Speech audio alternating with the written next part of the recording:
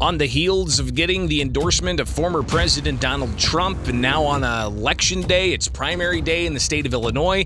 He's leading in the polls by double digits, and he is a current state senator looking to get the Republican nomination for governor. Darren Bailey joins us now.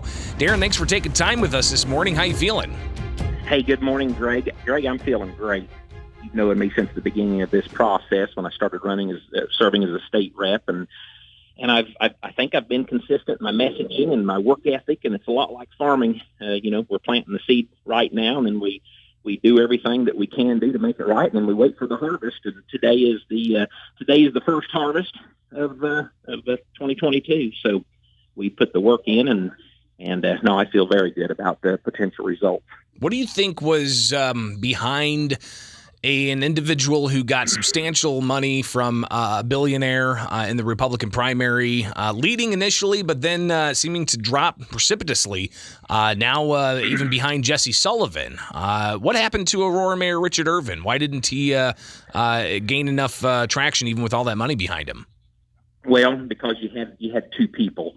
You had Mayor Richard Irvin, and you had candidate for governor for Richard Irvin, and they were, both of those messages opposed each other. So people are smart. People in Illinois they're tired of the nonsense that's been taking place, and they read into that very quickly, especially when they came out with all the lies and attacks against me. I think they failed to recognize and realize how well known we were across the state, because the reality, ever since I sued J.B. Pritzker and won in July of 2020, Cindy and I, we've been all over the state, speaking, encouraging school boards and churches and villages and businesses to step up and push back. So I think they failed to recognize that. State Senator Darren Bailey with us on WMAY primary day, and he is, of course, finishing up a 102-county tour the past 2 weeks all across the state. He got the endorsement of President Donald Trump on Saturday. Your reaction to that? That's a big deal. That was exciting. It really was. I was going into that for the past several months. People have been asking me, if I thought we were going to get it. Again, I welcomed it.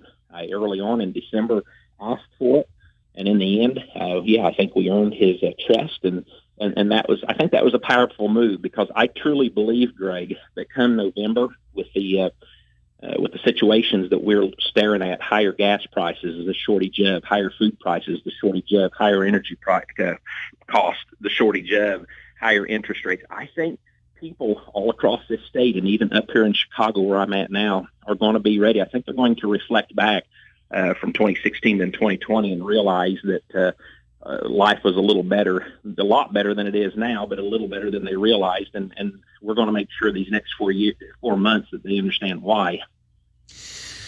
Darren, did you have to get sequestered by the Secret Service when you pulled that hair out of the president's head? I'm going to tell you what, he had a hair on his chin, and I'm just that kind of person. I'm going to point the problem out. And so we were talking with him, and I'm sitting there staring at his chin thinking, I got to say something. So I said, Mr. President, you got a hair on your chin. Well, he reached up and he couldn't get a hold of it. And I said, you want me to remove it? And when I do things, I do things and I get them done. So I guess my grip on his hair was pretty tight, because when I pulled it, I could feel it pop. He flinched, and I'm telling you what, I don't know who was more shocked. He looked at me like, what did you just do? And I looked at him like, what did I just do? And, oh, gosh, God's got a sense of humor, because President Trump is never going to forget that. So it's an interesting story to be sure. And then finally here, money, of course, we talked a little bit about it with Ken Griffin's backing of Richard Irvin. But if you do secure this, as the polling suggests, it's going to be a high dollar primary, or not primary, but general election heading into take on Governor J.B. Pritzker. How are you going to be able to combat that? Well, we're going to combat it just like we did with our work ethic.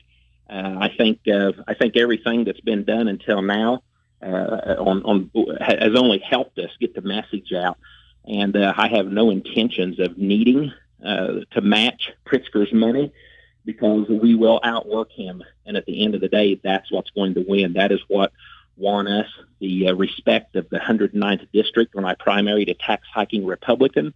That's what won us a 86% vote when I ran for state senate, and that's what's going to win the day for us on November 8th. I have no doubt about that. State Senator Darren Bailey, he is leading in the polls. It is primary day. Greatly appreciate you taking the time out of your busy schedule, and safe travels.